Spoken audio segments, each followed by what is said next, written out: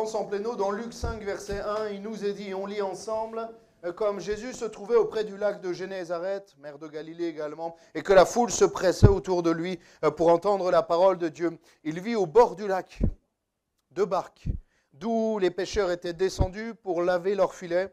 Il monta dans l'une de ces barques qui était à Simon, et il le pria de s'éloigner un peu de terre. Puis il s'assit et de la barque il enseigna la foule. Lorsqu'il eut cessé de parler, il dit à Simon, avance en pleine eau et jetez vos filets pour pêcher. Simon lui répondit, Maître, nous avons travaillé toute la nuit sans rien prendre, mais sur ta parole, je jetterai le filet. L'ayant jeté, ils prirent une grande quantité de poissons et leurs filets se rompaient. Ils firent signe à leurs compagnons qui étaient dans l'autre barque de venir les aider. Ils vinrent et remplirent les 2 barques au point qu'elles s'enfonçaient.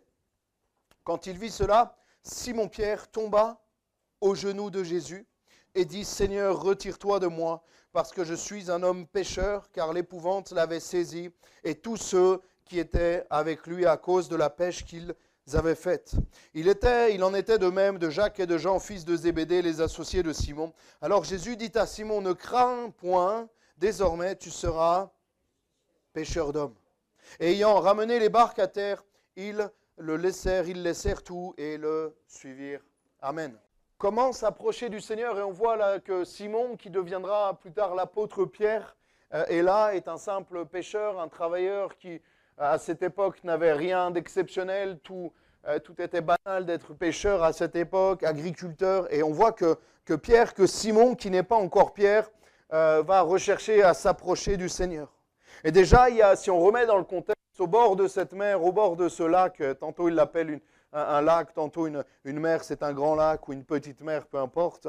Jésus enseignait la parole de Dieu. C'est ce que nous dit la Bible. Jésus enseignait la parole de Dieu. Qui aurait aimé avoir une prédication de Jésus-Christ?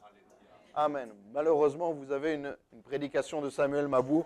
Ça vaut ce que ça vaut, mais ce n'est pas les prédications du Seigneur Jésus. Et moi, j'aurais tellement aimé avoir un enseignement de Jésus lui-même. Être là, comme dans la foule, et entendre le Seigneur Jésus, le Fils de Dieu, qui enseigne la parole de Dieu. Je pense qu'il y a les prédications, et il y a les prédications de Jésus. Je pense que c'est encore un niveau au-dessus, bien au-dessus. Mais on voit que Jésus enseignait la parole de Dieu là près du lac. Première chose qui est importante, c'est quoi? C'est la parole de Dieu. C'est la Bible. Alléluia. Tout à l'heure, il y a un adolescent qui m'a demandé une Bible. Il n'y a rien de plus beau. Alléluia. Je me souviens, j'étais adolescent, lors de mon baptême, il y a des amis de mes parents, un couple arménien, et je me souviens de cette petite Bible qu'ils m'ont offerte, que j'ai toujours. Ils m'ont dit, Samuel, on ne peut pas te faire de plus beaux cadeaux. Alléluia. Et m'ont offert cette Bible que j'ai gardée. Et tu ne peux pas avoir de plus beaux cadeaux sur cette terre, peut-être des beaux cadeaux selon les hommes, mais le plus beau des cadeaux spirituellement, c'est la parole de Dieu. Les cadeaux, j'ai envie de dire, c'est le cadeau le plus palpable de la part de Dieu. Les autres sont souvent des cadeaux spirituels, la paix, la tranquillité, le pardon des péchés. Mais la parole de Dieu, alléluia, elle est tangible et elle est palpable, amen. Elle est bien plus que ça, mais on peut la voir dans nos mains. Et là, on voit Jésus qui enseigne la parole de Dieu, qui va apporter la vérité. Et là où il y a la vérité, la Bible nous dit que nous sommes libres, réellement libres. Pourquoi ? Parce que sans la vérité, nous sommes prisonniers. Mais vous allez me dire, mais je ne suis pas prisonnier. Je suis libre d'aller et de venir là où je veux aller. Mais la Bible nous dit que la véritable liberté, elle est en Jésus-Christ. Quand on est libéré de notre péché, et on est libéré de notre péché, comment? Quand on plonge nos regards dans la parole de Dieu et qu'on réalise que Jésus lui-même est mort pour nous, pour le pardon de nos péchés. Il y a tellement de témoignages qui nous disent des hommes, des femmes qui ont découvert la Bible, qui n'ont jamais mis l'Église dans une véritable Église où la présence de Dieu est là et qui vont dévorer la Bible. Il y a un jeune qui me disait, où j'entendais un témoignage, il disait, mais tout l'été j'ai dévoré la Bible et après j'ai compris qui était Jésus. Alléluia. Lisez la Bible. Oui, mais moi j'aime pas lire. Quand c'est pour lire des choses sur les réseaux sociaux, on lit assez, hein. Lisez la Bible, les jeunes, lisez la Bible, vraiment. Prenez un temps de mise à part le matin, une demi-heure, où vous dites à votre maman, à votre papa, laisse-moi tranquille, je lis la Bible. Là, vous êtes sûr qu'il vous laissera tranquille. Si vous voulez être vraiment sûr qu'il vous laisse tranquille, donnez le téléphone en échange, et là, ils n'auront plus aucun doute. Prenez la Bible quand même, soyez crédibles, mais lisez la Bible, et lisez la parole de Dieu. Instruisez-vous, elle nourrit votre âme. Alléluia. C'est plus qu'un simple livre, c'est la vérité. Et la vérité qui nous rend libres. L'écoute de la parole de Dieu. La Bible produit quelque chose en nous qu'on appelle la vie. Alléluia.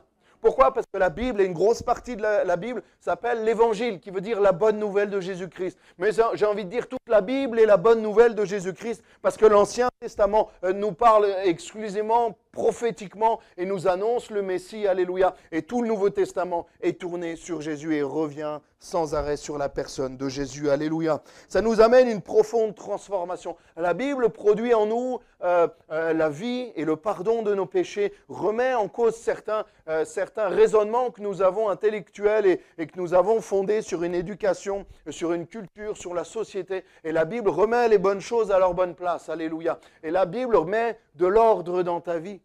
Parce que quand tu vas la lire, tu vas sentir que peut-être ta manière de vivre n'est pas ce que Dieu veut que tu sois. Et là, tu vas pouvoir mettre ta vie en règle. Et c'est à partir de ce moment-là, non pas aligné avec les énergies, non pas aligné avec la terre, mais aligné avec la parole de Dieu. C'est à ce prix-là que tu pourras être en paix et que tu pourras être tranquille. Alléluia. C'est ce que j'ai expérimenté dans ma vie. Je n'ai pas un passé de délinquant. J'étais juste un petit enfant qui était turbulent à l'école et à l'église aussi. Mais je réalise que je n'avais pas la paix. Mes parents avaient de l'argent, mes parents s'aimaient, mes parents m'aimaient. J'ai grandi dans Heidi. Vous connaissez le film Heidi?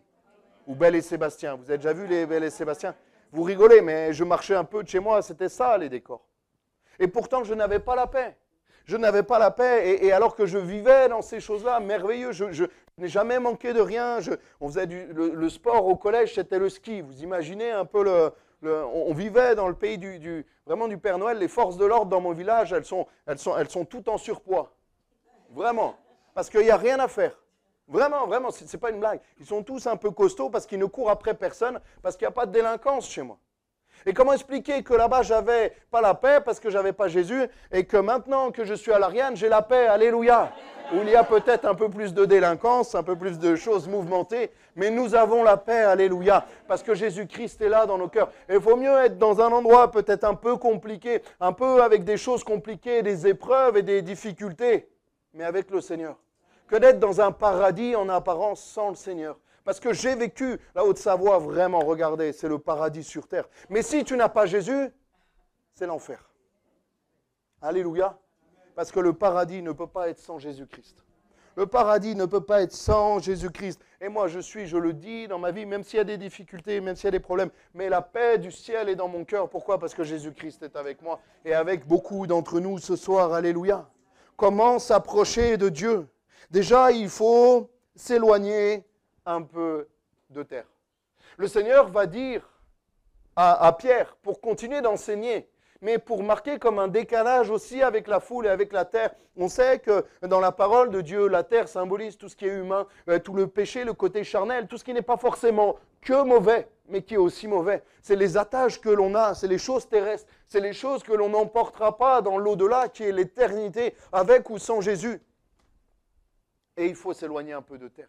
Et on a tellement de mal, si on est honnête entre nous, à s'éloigner un peu des choses terrestres, des choses qui nous tiennent, de notre confort, de notre travail, de notre petit compte en banque, de notre petite routine, de notre petit confort. Mais le Seigneur veut qu'on s'éloigne un peu de terre. Pourquoi? Parce que quand on s'éloigne de terre, j'ai envie de dire, on se rapproche du ciel et on se rapproche du Seigneur Jésus-Christ.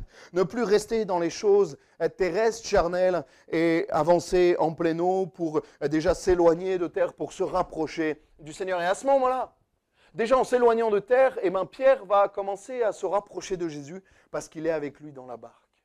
Et là, il est encore près de la terre. Le Seigneur va lui dire, on s'éloigne un peu de terre pour enseigner. Il est toujours avec la foule. Et on voit qu'il y a plusieurs degrés de proximité avec le Seigneur Jésus-Christ. Et ce qui est bien avec le Seigneur, c'est qu'on peut toujours aller plus loin avec lui. Et là, on va voir qu'il va continuer d'avancer avec le Seigneur. Il va lui dire cette deuxième étape, parce que la foule le pressait autour de lui pour entendre la parole de Dieu. Alléluia, c'est bon d'avoir une foule qui a soif et qui a faim d'entendre la parole de Dieu. Est-ce que vous avez faim et soif? Je vous considère un peu comme la foule. Paradoxalement, c'est un peu ce qui transpire de ce texte. Il y a une foule qui est là autour de Jésus pour entendre ce qu'il a à dire. Il est question d'une foule, d'un grand nombre de personnes à qui Jésus s'adresse. Ça nous montre que le message de Jésus-Christ, que le message de l'Évangile est pour chacun d'entre nous.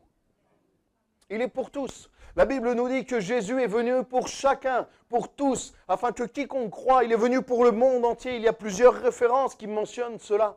Parce que nous sommes tous des créatures de Dieu, le Créateur.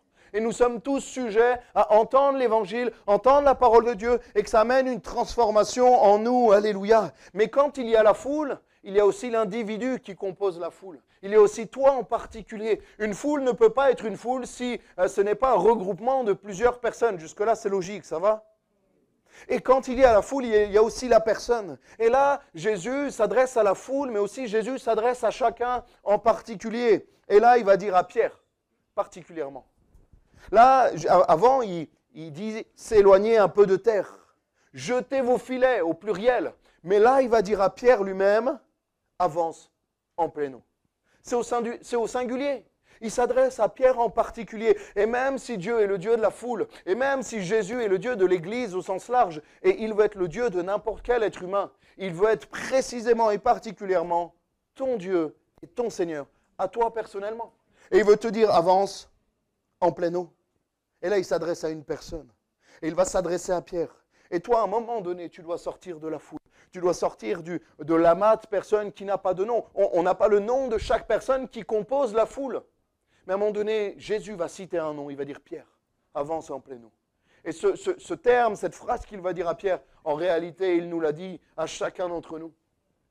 À un moment donné, Jésus m'a dit, Samuel, avance en pleine eau. Et il va le dire, il le dit à plusieurs personnes. Tonio, avance en pleine eau. Lamia, Roger, avance en pleine eau. Et nous devons répondre à l'appel du Seigneur. Alléluia. Tu dois sortir de la foule pour que le Seigneur te parle personnellement. Maître, nous avons travaillé toute la nuit sans rien prendre. Maître, nous avons travaillé toute la nuit sans rien prendre. Mais, alléluia. Et je crois que la définition de la foi, c'est exactement ça. La définition de la foi, c'est refaire la même chose plusieurs fois et s'attendre à un résultat différent. Si pendant toute la nuit, j'ai jeté le filet à gauche et à droite sur le lac, à gauche et à droite sur le lac, en le refaisant, je ne sais pas combien de temps ça prend de jeter un filet, peut-être 2-3 minutes, le retirer 2-3 minutes, allez 5 minutes en tout pour retirer. Ils ont dû le faire toute la nuit, des dizaines, peut-être des centaines de fois, sans rien prendre. Mais là, ils croient qu'avec Jésus, le résultat peut être différent. Et c'est ça la foi. La foi, c'est quoi? C'est prier. Tu as prié 300 fois pour une chose. Rien ne s'est passé. La foi, c'est quoi? C'est croire que la 301e fois, tu vas prier et il y aura un résultat différent. La foi, c'est quoi? C'est croire que 1 et 1 font 2. Jusque-là, ça va. Mais Dieu te dit 1 et 1 font 3. Ben non, 1 et 1 font pas 3. Eh bien, Dieu te dit que si. La foi, c'est ça. Que croire que les mêmes choses complètement logiques, que tu as prié pendant des années pour cette personne et rien ne s'est passé dans sa vie, dans sa maladie, même la situation s'est empirée. Mais la fois d'après, tu crois que si tu pries, la situation peut changer. C'est ça la foi. Faire la même chose, répéter la même chose, la même prière. Et croire que cette fois-ci, tout va changer. Alléluia. Maître, nous avons travaillé toute la nuit sans rien prendre, mais... Et là, on voit que le mais de Pierre va déclencher la foi dans sa vie. Mais pour déclencher la foi dans ta vie, il faut passer par l'obéissance à cette fameuse parole de Dieu dont le Seigneur nous parlait au début de ce texte et dont le Seigneur prêchait à la foule. Simon va vivre le miracle de Dieu dans sa vie. Grâce à quoi? Son obéissance. Sans son obéissance, il n'aurait pas vu la main de Dieu agir dans sa vie. Premièrement, le Seigneur va lui dire de s'éloigner un peu de terre. Il l'a fait. Deuxièmement, il va lui dire, mais avance en pleine eau. Il l'a fait. Et troisièmement, il va lui dire, jetez vos filets pour pêcher. Il l'a également fait. L'action de Dieu dans ta vie, j'ai envie de dire, est soumise à ton obéissance. Tu ne verras pas Dieu agir dans ta vie comme il veut agir si tu n'obéis pas. Si tu mets, une fois que ta vie, que tu connais la parole de Dieu, que tu as eu cette révélation, que tu as une Bible entre les mains, tu dois la manger, tu dois la dévorer, tu dois entendre les prédications, les mettre en pratique pour que Dieu puisse bénir et mettre son approbation. Là, il y a eu 3 étapes. Et Dieu n'aurait pas pu bénir la troisième étape s'il n'y avait pas eu les deux premières. Dieu veut que tu prennes les étapes une par une, les unes après les autres, et que tu mettes ta vie en règle au travers de l'obéissance de la parole de Dieu, pour qu'il puisse te bénir, parce que Dieu a envie de nous bénir. Vous le savez ça? Dieu aime bénir ses enfants, Dieu aime bénir son peuple, mais des fois il est en péché parce qu'on désobéit, ou parce qu'on n'obéit pas à sa parole. Vous savez, le simple fait de ne pas obéir à sa parole, le simple fait de ne pas venir à Jésus, c'est une désobéissance. Parce que ce n'est pas ce que Dieu veut. Dieu veut bénir en accord avec sa parole. Sur ta parole, je jetterai le filet. Obéir à la parole de Dieu. Il n'y a rien de plus important. Cette prédication, elle est très basique en réalité. Mais il n'y a rien de plus important de revenir à la base, à l'étape 1, j'ai envie de dire, d'obéir à la parole de Dieu. Sur ta parole, je jetterai le filet. Non pas sur la parole d'un autre. Non pas parce que j'ai péché toute la nuit et que je n'ai rien pris. Sinon, je ne jetterai pas le filet à nouveau. Mais sur ta parole. Sur la parole de Dieu, tu peux t'appuyer. Sur la parole de Dieu, tu peux mettre des choses en place dans ta vie pour avancer et pour vivre des choses avec le Seigneur. Mais, j'ai envie de dire, rappelle la parole de Dieu au Seigneur et dans tes prières, tu lis et tu dis, Seigneur, tu as marqué ça, c'est marqué dans ta parole. Alors, s'il te plaît, fais-le dans ma vie. Alléluia. Tu peux prendre la Bible et tu lis, quand un malheureux crie, l'Éternel l'entend et le délivre. Et tu dis ça au Seigneur, tu dis, c'est écrit dans ta parole. Tu l'as dit et tu n'es pas un homme pour mentir. Je suis malheureux, alors délivre-moi. Alléluia. Tu peux mettre le Seigneur au défi dans sa parole parce que ce qu'il a dit, il est à l'aise avec ce qu'il a dit. Il s'est dit, oh mince, je suis peut-être un peu trop avancé là. Non, le Seigneur est à l'aise avec tout ce qu'il a écrit parce qu'il sait qu'il est capable de l'accomplir. Alléluia. Et qu'il ne se repent pas de ses dons. Dieu aime bénir et Dieu veut bénir. Alléluia. Mais il faut d'abord obéir à sa parole. Sa foi a commencé à être fortifiée. La foi de Pierre qui ne connaissait pas, qui n'était même pas encore Pierre, qui ne connaissait pas Jésus-Christ, va commencer à... Il y a une foi qui commence à germer à ce moment-là. Sur ta parole, je jetterai le filet. Obéir à la parole de Dieu. On voit que sa foi, elle commence à être fortifiée parce qu'il avait entendu la parole de Dieu, justement, la Bible, qui est prêchée. Bon, Jésus est la parole. Donc lui, il la connaît par cœur, il prêche, c'est la Bible ouverte, c'est lui la parole incarnée. Et si tu es... Là, réunion après réunion, ça doit produire un fruit en toi. Si tu vas à une réunion, je me souviens dans les villages, on me l'a dit, je n'étais pas là, mais peut-être certains d'entre vous, il y avait des conteurs. Ils passaient dans les villages pour raconter des histoires. Il n'y avait pas le cinéma, il n'y avait pas la télé. Les plus jeunes, vous avez peut-être connu. Et ils passaient dans les villages et ils racontaient des histoires. C'est ça, Janine? C'est à peu près ça. Et c'était un peu l'animation, la télé du soir. Mais c'est sympa, ça divertit, mais ça ne produit pas la vie. Si je viens ce soir et que je vous lis ni ce matin, ça va peut-être un peu alourdir la chose. Mais le simple fait, là ce soir, si je n'avais rien préparé, j'avais ouvert la Bible, j'ai envie de dire au hasard. Et si j'avais lu la Bible, ça aurait fortifié vos âmes. Ça aurait fortifié vos âmes. Parce que ce n'est pas un simple livre, c'est la parole de Dieu. C'est lui qui a inspiré des hommes pour écrire cette parole dans le nom de Jésus. Alléluia, c'est ça qui est merveilleux. L'ayant jeté, ils prirent, verset 6, une grande quantité de poissons. Sur ta parole, je jetterai, alléluia. Et leurs filets se rompaient. Ça veut dire qu'il y avait tellement de poissons que les filets commençaient à se déchirer. Ils firent signe à leurs compagnons qu'ils étaient dans l'autre barque de venir les aider. Les amis, venez parce qu'il y a trop de poissons. On va couler. Je ne sais pas si c'est déjà arrivé à un bateau de couler parce qu'il y avait trop de poissons dans les filets. Ça paraît complètement surréaliste. Et ils vinrent, leurs amis dans l'autre barque vinrent les aider, remplir les deux barques au point qu'elles s'enfonçaient. Elles étaient à la limite de couler. Pourquoi? Parce que Dieu avait béni. Mais parce que Dieu avait béni en pleine eau. Parce que Pierre avait obéi. Il s'était d'abord éloigné un peu de terre. Il avait après avancé en pleine eau et il avait jeté ses filets sur la parole de Dieu. Quand est-ce que tu vas mettre la parole de Dieu en application dans ta vie pour pouvoir vivre le miraculeux?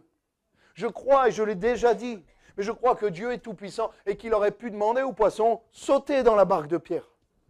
Comme ça, un poisson, je ne sais pas si je fais bien le poisson, j'ai peut-être d'autres qualités, pas celle de mimer le poisson. Gabi, tu nous montreras, je pense que tu mimes très bien le poisson. Mais je crois que Dieu aurait pu demander au poisson, qui le croit avec moi? Dieu est tout-puissant. Il y a bien des ânes qui ont parlé, la parole de Dieu. Et le poisson, il aurait pu sauter, mais il n'y aurait pas eu d'acte de foi. Est-ce que Dieu aime encourager? Est-ce que Dieu aime récompenser? C'est la foi. Ce n'est pas logique. C'est pas logique de pêcher toute la nuit, de rien prendre pendant des heures, peut-être 7 heures, 8 heures. Alors que je crois que les poissons, ils sortent plus la nuit en plus. Il y a des pêcheurs de poissons dans la salle. Hein, Tonio, t'es un pêcheur? Ils sortent plus la nuit, il faut... Ok. Donc la logique, c'était de trouver des poissons la nuit. Et là, on voit qu'il est là en journée, mais il n'y a aucune logique humaine avec le Seigneur.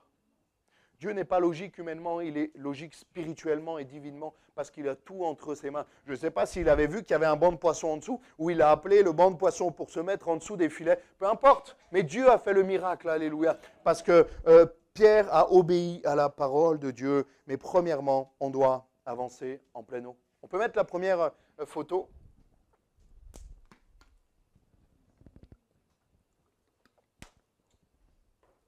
Voilà. Qu'est-ce que c'est? Du sable. Ça me rappelle les enfants à Anote qui jouaient dans le sable, genre quand tu creusais et que tu croyais que tu allais trouver du pétrole. Ils creusaient, ils ont fait tout un trou. Moi, je pouvais rester jouer une semaine dans le sable quand j'étais enfant.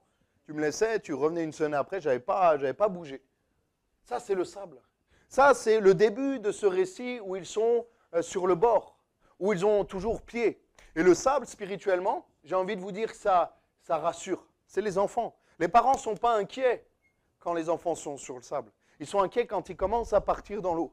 Et ça nous parle de quoi? Du début de la foi, qui est fortifié. On a besoin d'être fortifié. On joue avec les coquillages. Voilà, moi j'étais émerveillé avec les coquillages. Je mettais là, j'entendais l'eau. Je crois que c'était l'eau. J'étais content. J'avais tout. J'avais un seau, j'avais ma pelle. Je remplissais, je faisais des tunnels. C'était merveilleux, vraiment. Hein. Et là, on voit que même c'est des mains d'enfants. On voit que c'est des enfants qui sont sur la plage. Et la Bible nous parle aussi d'un moment donné, être né de nouveau, on est enfant dans la foi. Et Paul va le dire aux Corinthiens, vous êtes au lait spirituel. Au départ, c'est pas grave, c'est normal d'être au lait spirituel quand on commence dans la foi. Mais il y a un moment donné où tu dois avancer en pleine eau. Il y a un moment donné où tu dois voir autre chose. J'étais sur la plage, des plages magnifiques en Corse. Vraiment, c'était merveilleux. Et j'étais là avec ma tante et mon oncle en vacances il y a 2-3 semaines. Et c'était bien. Et à un moment donné, j'ai dit, bah, c'est sympa la plage, mais il faut que j'avance en pleine eau. Et là, on va mettre la deuxième photo. Et dans la deuxième photo, on découvre autre chose. Quand on avance en pleine eau, bon, ce n'est pas ce que j'ai pris en photo encore. C'était un peu moins quand même. Mais j'ai mis le masque, là, le Décathlon, là, je respirais, c'était bien. Je voyais des poissons blancs, je voyais tout le fond. Je trouvais ça merveilleux. Mais vraiment des choses belles. Je voyais l'eau, je voyais les reflets du soleil, c'était merveilleux. Ça faisait des vagues, même sous-marines, ça bougeait le sable. J'étais émerveillé. Mais tout ça, je ne l'aurais pas vu si j'étais resté sur la plage à jouer. Bon, je n'ai pas joué à 30 ans avec des râteaux et des pelles, mais je n'aurais pas vu ces choses-là si j'étais resté sur la plage. Et je crois qu'il y a un temps pour tout dans la foi et dans la vie chrétienne. Et je crois que le Seigneur t'amène à vivre des grandes choses avec le Seigneur. Alors bien sûr qu'il y a un moment donné où ça fait peur d'avancer en pleine eau. Parce qu'on n'a pas pied. Nous, on aime bien. On avance, nous, on s'éloigne un peu de terre. On verra. Dimanche soir, sortie plage. Hein. Instant promotion.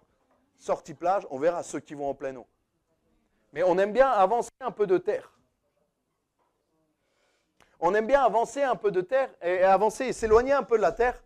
Mais on aime bien garder les pieds sur terre. On aime bien avoir pied. Qui est comme moi? Vous aimez bien garder quand même avoir... S'il y a quoi que ce soit, s'il y a quelque chose qui me chatouille les pieds, si j'ai une crampe au mollet, je peux retourner sur la plage. J'ai peur, à un moment donné, d'être fatigué. Si je m'en vais, il y a les courants, je ne vois pas ce qu'il y a en dessous. Parce que là, il y a des jolis petits poissons. Ceux-là, ils sont gentils. On leur voit leur tête qu'ils sont gentils. Les coraux, ça va. Mais si on va un peu plus loin là-bas, ça a l'air un peu de l'ombre quand même. Hein, on ne sait pas ce qu'il y a. Et avec le Seigneur, c'est ça. Il y a une notion de lâcher prise. Une notion de foi. La foi, c'est à partir du moment où tu contrôles plus rien. C'est ça la véritable foi. Sur la plage, ce n'est pas de la foi. C'est de l'amusement, c'est sympa. À un moment donné où le Seigneur te dit, il faut que tu y ailles et que tu me fasses confiance.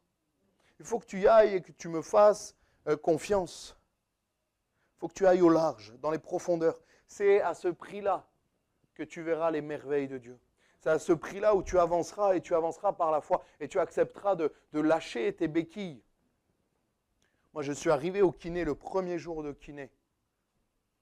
Je suis arrivé avec mon attelle. J'étais même pas opéré, c'était avant. J'avais mon attelle, j'avais les béquilles. Et mon kiné, il m'a dit non, il faut que tu laisses et les béquilles et l'attelle. Je l'ai regardé, j'ai fait non, mais je veux, mais je ne peux pas. Et il y avait une grosse appréhension dans ma tête. Je suis reparti du kiné avec mon attelle sous le bras et les béquilles sous le bras.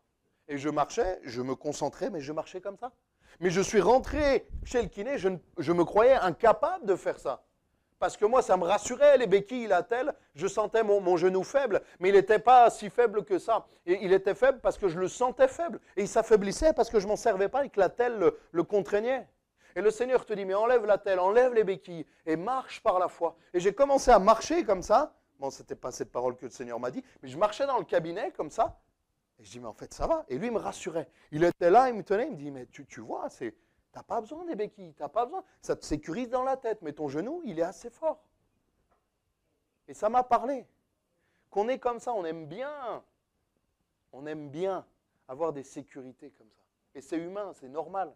Mais le Seigneur, à un moment donné, dernière image, mais a envie de nous déraciner.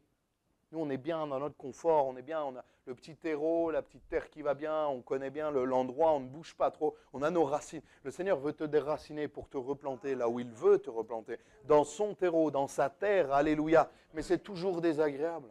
C'est toujours désagréable, pourquoi? Parce qu'il y a une part de on ne sait pas, il y a une part de on ne contrôle pas. Et vous êtes tous comme moi, vous aimez contrôler. C'est vrai ou pas? On aime contrôler, on aime gérer. On aime gérer. On aime avoir les choses en main. Et le Seigneur, il dit, non, il faut que j'ai moi les choses en main. Si tu veux voir ma gloire, il faut que moi j'ai les choses en main. Et il y a une décision, il y a un acte de lâcher prise dans le Seigneur. À un moment donné, tu marches, tu te mouilles les chevilles, les genoux, les hanches, je ne sais pas la prophétie d'Ézéchiel, mais presque. Et on avance comme ça. Il y a un moment donné où tu dois y aller et tu n'as plus pied. Et là, il y a une part de foi symboliquement. Mais des fois, on a du mal à passer le pas. Combien d'entre nous sommes encore sur la plage à jouer au château de sable? Excusez-moi l'expression, mais c'est un petit peu ça. Combien d'entre nous sont les pieds dans l'eau juste pour se rafraîchir? Combien d'entre nous sont les genoux dans l'eau, mais pas plus? Parce qu'ils ils sont même pas en maillot de bain, ils sont juste en pantalon, ils l'ont remonté un peu pour ne pas le mouiller. Combien d'entre nous sont là, mais ne veulent pas se mouiller les cheveux? La plage. Ah oui, parce qu'elles ne vont pas en pleine eau. Mais quand est-ce que tu vas décider d'aller en pleine eau? Parce qu'à un moment donné, tu vas voir les merveilles de Dieu. Tu vas passer la tête sous l'eau et tu vas voir des choses comme ça. Alors peut-être qu'il y aura des moments où tu auras peur de te noyer, où tu vas boire la tasse, où tu vas peut-être voir même des requins, des choses qui t'impressionnent, des choses avec Dieu où tu n'as pas l'habitude de voir. Moi, là, quand je suis rentré dans le ministère, j'ai vu des choses surprenantes dans le monde spirituel. Des choses qui m'ont surprise, des choses qui, au départ, m'ont même fait peur. Mais j'ai vu aussi la gloire de Dieu. J'ai vu des poissons que je n'aurais jamais vus sur la plage. J'ai vu des coraux, des récifs. J'ai vu des vies transformées, changées. J'ai vu des femmes complètement éclatées par la vie. Des femmes dans la prostitution venir à Jésus-Christ, lâcher leurs péchés et venir de tout leur cœur au Seigneur. J'ai vu des jeunes hommes complètement fracassés par la drogue, par tellement de choses, être restaurés par le Seigneur Jésus. Ça, je l'ai vu de mes yeux. J'ai vu des merveilles de la part de Dieu. J'ai vu ces choses-là spirituellement. J'ai entendu les anges, j'ai entendu des choses merveilleuses. Et j'ai vu comme cette image, parce qu'on ne peut pas imager les choses de Dieu. J'ai entendu de la voix audible, la voix de Dieu. Parce que j'ai accepté d'aller en pleine eau, de lâcher prise. Le Seigneur m'a dit, maintenant tu quittes, un peu comme Abraham, toute proportion gardée, tu quittes ta famille, ta patrie, toutes tes attaches. Mais Seigneur, comment je vais faire? J'ai ma famille, j'ai mes amis, j'ai mon travail. Et tu vas à Romans-sur-Isère. Les amis, Romans-sur-Isère. Je ne savais même pas que ça existait, Romans-sur-Isère. Tu es obligé de regarder sur une carte pour savoir. Il y a un moment où tu prends ta voiture, tu as le camion de déménageur qui est derrière, tu dois lâcher prise dans le Seigneur. Et là, tu n'as plus d'appui. Tu ne connais personne. Tu arrives dans un coin où tu ne connais personne. Et là, le Seigneur va dire, mais t'inquiète pas, moi je vais m'occuper de toi. Et c'est à ce moment-là où tu grandis dans la foi. J'ai grandi dans la foi, j'ai grandi dans le service, j'ai grandi dans ma confiance au Seigneur, alléluia. Mais je vous assure que je préférais rester dans ma petite plage. J'étais bien. Et le Seigneur m'a dit, non, il faut que tu ailles en pleine eau. Quand je commençais à être bien en Roman, au bout de 3 ans, il m'a dit, maintenant tu vas partir. Tu vas aller autre part et me voilà à l'Ariane. Alléluia, gloire à Dieu. Et c'est encore autre chose. C'est encore un pas de foi supplémentaire. Parce qu'avant, j'étais deuxième pasteur. Là, je suis pasteur principal sous la présidence. mais on avance petit à petit. Le Seigneur veut que tu avances. Moi, je parle du ministère, mais c'est dans la vie de chacun d'entre nous, en tant que chrétien, en tant que chrétienne. Le Seigneur veut non pas que tu stagnes. Oui, tu fais les plus beaux châteaux de sable de toute la plage, mais le Seigneur t'attend ailleurs. Le Seigneur t'attend ailleurs en eau profonde. Alléluia. Le miraculeux doit t'amener à Jésus, et c'est ce que Pierre a vécu. Le miraculeux ne doit jamais être plus important que Jésus. Et des fois, c'est la dérive de plusieurs églises où on met le miraculeux, on met l'homme de Dieu, la femme de Dieu, des fois, en avant. Mais le miraculeux n'est jamais plus important que Jésus lui-même. Alléluia. Et le miraculeux, il est pourquoi? La Bible nous dit qu'il confirme sa parole par des prodiges et des miracles. Les prodiges et les miracles sont là pour confirmer la parole de Dieu. Parce que ce qui est important, c'est la parole de Dieu. La Bible nous dit que les choses que l'on voit ne sont pas les plus importantes. C'est les choses qui sont écrites, qui demeurent, alléluia, et la Bible demeure éternellement. La parole de Dieu demeure éternellement, alléluia. Mais le miraculeux doit t'amener à Jésus. Le miraculeux doit t'amener, et c'est ma troisième et dernière partie, à la repentance. Simon-Pierre tomba aux genoux de Jésus et dit, « Seigneur, retire-toi de moi, parce que je suis un homme pécheur. » Et là, on voit qu'il a réalisé qui il était et qui est Jésus. Et quand tu réalises, c'est bizarre, mais juste avant, il n'a pas réalisé ça. Ça faisait peut-être quelques heures, peut-être une heure de prédique, une heure de bateau, de pêche miraculeuse. Je ne sais pas, mais peut-être quelques heures, quelques dizaines de minutes. Ça faisait un moment qu'il était avec Jésus. Et c'est au moment où il y a cette révélation, le moment où il y a le miracle, le moment où Jésus se dévoile et dévoile sa divinité, dévoile qu'il est le Fils de Dieu, qu'il a le miracle dans sa main, j'ai envie de dire, que Simon réalise qui il est et qu'il est un pécheur. Et c'est quand tu connais Jésus, quand tu rencontres personnellement Jésus, que tu réalises qui tu es. Pourquoi? Parce que ton identité, elle est en Jésus-Christ. Il y a tellement de jeunes, et notre génération, nos ados, nos jeunes, maintenant ils sont complètement matrixés à l'école. Ils ne savent plus, ils n'ont plus aucune identité. Est-ce que je suis un homme? Est-ce que je suis une femme? Est-ce que j'aime les hommes? Est-ce que j'aime les femmes? Je dois essayer ici pour voir si ça fait. Mon ami, mon frère, ma soeur, les jeunes, écoutez bien. Ton identité, elle est en Jésus-Christ. Si tu es né homme, tu es un homme. C'est assez binaire. Hein? Si tu es une femme, tu es une femme. Et si malheureusement, tu ne te sens pas à l'aise dans ce corps, il faut que Dieu rectifie. Non, la chirurgie qui rectifie, c'est Dieu qui rectifie parce que c'est Dieu le Créateur. Alléluia. Et ça, ton identité. On voit une génération complètement perdue. Je vois des jeunes de plus en plus, des jeunes filles, des jeunes hommes, des jeunes, je ne sais même plus, et ce n'est pas une blague, ne rigolez pas, je ne sais même plus si c'est des hommes ou des femmes. On le voit de plus en plus, des jeunes adolescents. Et on le voit par contre, on voit qu'ils sont complètement perdus. Encore s'ils étaient plus heureux, ça se verrait, mais ils ne le sont pas. Ils sont complètement perdus. Mais je vois des témoignages, gloire à Dieu aussi, de plus en plus d'homosexuels, de transsexuels, qui une fois qu'ils viennent à Jésus-Christ, alléluia, sont restaurés dans leur identité. Moi je crois, et nous devons prier pour que le Seigneur nous amène ces personnes-là. Des personnes qui sont enracinées dans le péché, qui sont complètement prisonnières de leur péché. Pourquoi? Parce qu'ils n'ont pas la parole de Dieu, ils n'ont pas la vérité. Ils ont la vérité de mouvement, mais ça ne suffit pas. Il leur faut la véritable vérité qui est la parole de Dieu. Parce que la véritable vérité qui est la parole de Dieu les rendra libres. Alléluia. Est-ce que vous le croyez? Simon-Pierre tomba aux genoux de Jésus. Vous avez remarqué que c'est la première fois qu'il est appelé Simon-Pierre. Jésus ne l'a pas encore rebaptisé. Jésus ne l'a pas encore renommé Pierre. Mais à ce moment-là, la parole de Dieu nous dit Simon-Pierre tomba aux genoux de Jésus. Simon, c'est son ancienne nature. Jésus va le rebaptiser en Pierre. Pierre, ça va être sa nouvelle nature. Et là, on voit qu'il est complètement entre les deux. Il s'appelle Simon-Pierre. Il est à cheval entre son ancienne nature et sa nouvelle nature que Jésus veut pour lui. Et le Seigneur nous dit qu'à un moment donné, tu dois choisir. À un moment donné, tu dois choisir entre Jésus et entre rester comme tu étais avant. Et le Seigneur t'invite à changer. Et c'est au moment où quoi? C'est pas au moment où il jette le filet. C'est pas au moment où il va en pleine eau. C'est pas au moment où il s'avance un peu. C'est à quel moment qu'il est appelé Simon-Pierre? Alors vous êtes avec moi? Vous avez votre Bible? En plus, c'est marqué, les amis. Allez, ne soyez pas timides. C'est à quel moment qu'il va être appelé Simon-Pierre? Merci, Eva. Très, très simple. Première phase. Quand il vit cela, Simon-Pierre tomba aux genoux de Jésus. Il est appelé Simon-Pierre quand il va venir à genoux devant Jésus. Quand il va capituler. Quand ça symbolise quoi? La repentance, le pardon des péchés. Au moment où il va venir devant Jésus en disant, voilà, je ne suis pas digne. Alléluia. Ça veut dire quoi? S'il n'est pas digne, ça veut dire que Jésus est digne, que Jésus est Dieu, et que lui, il est un simple pécheur. Ça veut dire qu'il reconnaît sa faute. Sans la repentance, tu ne pourras pas vivre ce que Dieu veut pour toi. Et il va lui dire, ne crains pas, désormais tu seras pêcheur d'hommes. Et la grande quantité de poissons qu'il a pris montre ce que le Seigneur voulait faire avec lui.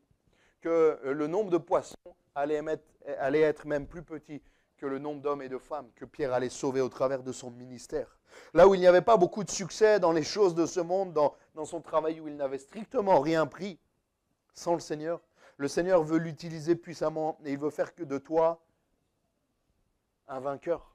Il veut faire de toi quelqu'un qui réussit. Alléluia. Parce que je crois que quand le Seigneur vient dans une vie, à un moment donné, il change la vie d'échec en vie de réussite. Amen. Sans tomber dans la prospérité, mais le Seigneur veut que tu réussisses, même si c'est un travail simple, même si tu as une vie simple. Je ne parle pas d'avoir des fortunes forcément, mais le Seigneur peut te faire réussir et avoir une vie simple, épanouie et en paix, et que tu aies ce dont tu as besoin. Alléluia. Est-ce que tu le crois? Combien de nous, moi je lève ma main, combien de nous, j'ai pas dit pourquoi, attendez la question. Ils sont tellement à fond, amen, amen, amen.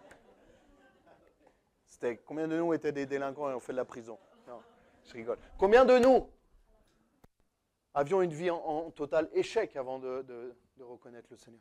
Moi, je lève ma main. Ma vie était un échec. Ma vie était un échec dans tous les domaines. Vraiment. Ma vie était un échec dans tous les domaines. Et là, quand le Seigneur est entré, alléluia, ça a pris 5 ans. C'était un gros chantier, là. Il y avait les panneaux tout autour. Il y avait 4-5 grues. On est allé en profondeur. On a dynamité les raisonnements, ce que je m'étais construit. Le Seigneur a tout explosé. Ça a été particulier, hein, c'est déstabilisant quand on perd toutes ces fondations, toute cette sécurité, parce qu'on est tous autant qu'on est. L'être humain est passionnant, mais l'être humain est particulier. Et on se crée des sécurités en fonction de notre passé, en fonction de notre personnalité, en fonction du pays, de la société dans laquelle on est. On se crée des sécurités pour nous sécuriser. Ça peut être l'argent, ça peut être des raisonnements, ça peut être des carapaces humaines où on est là et on se blinde, ça peut être un mauvais caractère, ça peut être une timidité exacerbée comme ça. Et on se protège des autres, on se protège du monde extérieur. Et le Seigneur te dit, mais maintenant, tu n'as plus besoin de te protéger parce que c'est moi qui vais te protéger. Et il veut faire exploser toutes les sécurités, les béquilles qu'on avait pour nous aider. Et il te dit maintenant, c'est moi ta béquille. Maintenant, c'est moi ta fondation, alléluia, sur le rocher des siècles, sur lequel on peut baser et fonder notre vie. Alléluia. Là où avant il tuait des poissons, maintenant il va sauver des vies. C'est merveilleux de réaliser ça. Bon, j'ai rien contre, hein, un bon poisson, c'est merveilleux aussi. Mais on voit que Dieu change, passe de la mort à la vie, alléluia, même dans son travail. Là où avant il enlevait la vie à de simples poissons, maintenant il va sauver des âmes pour l'éternité. Amen.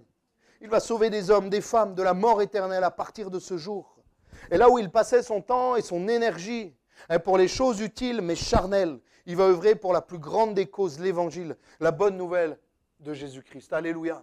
Si quelqu'un peut revenir au piano, peut-être à la guitare, tout simplement. Je ne pense pas qu'on reprenne un chant, mais on va prendre un temps pour prier. Je me disais l'autre fois, j'ai mon temps libre pour la plus grande des causes. C'est merveilleux quand même.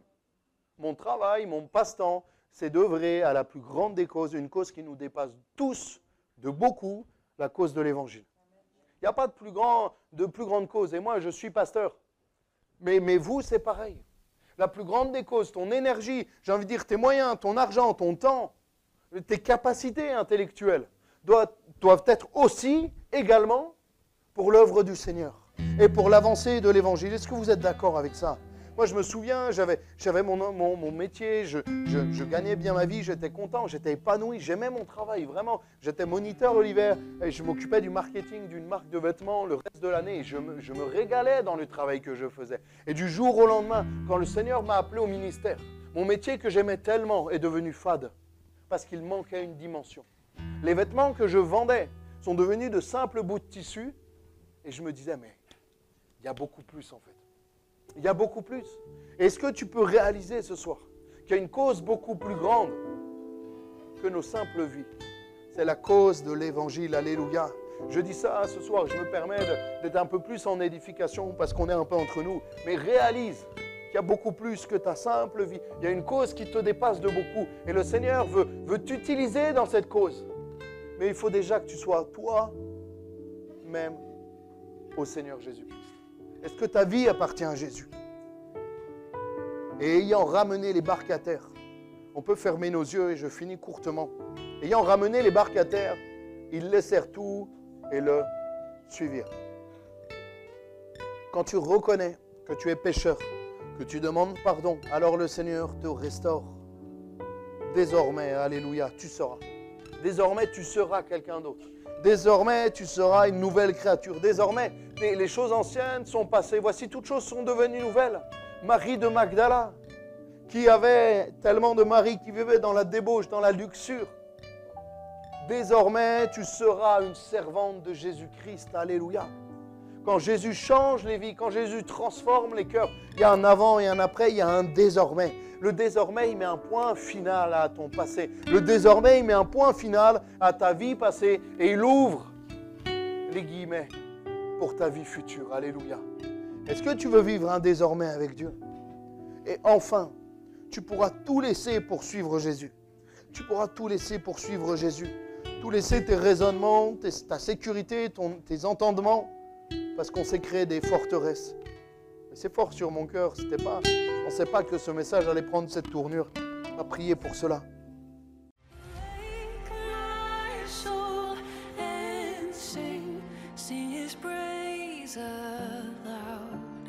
Sing his praise.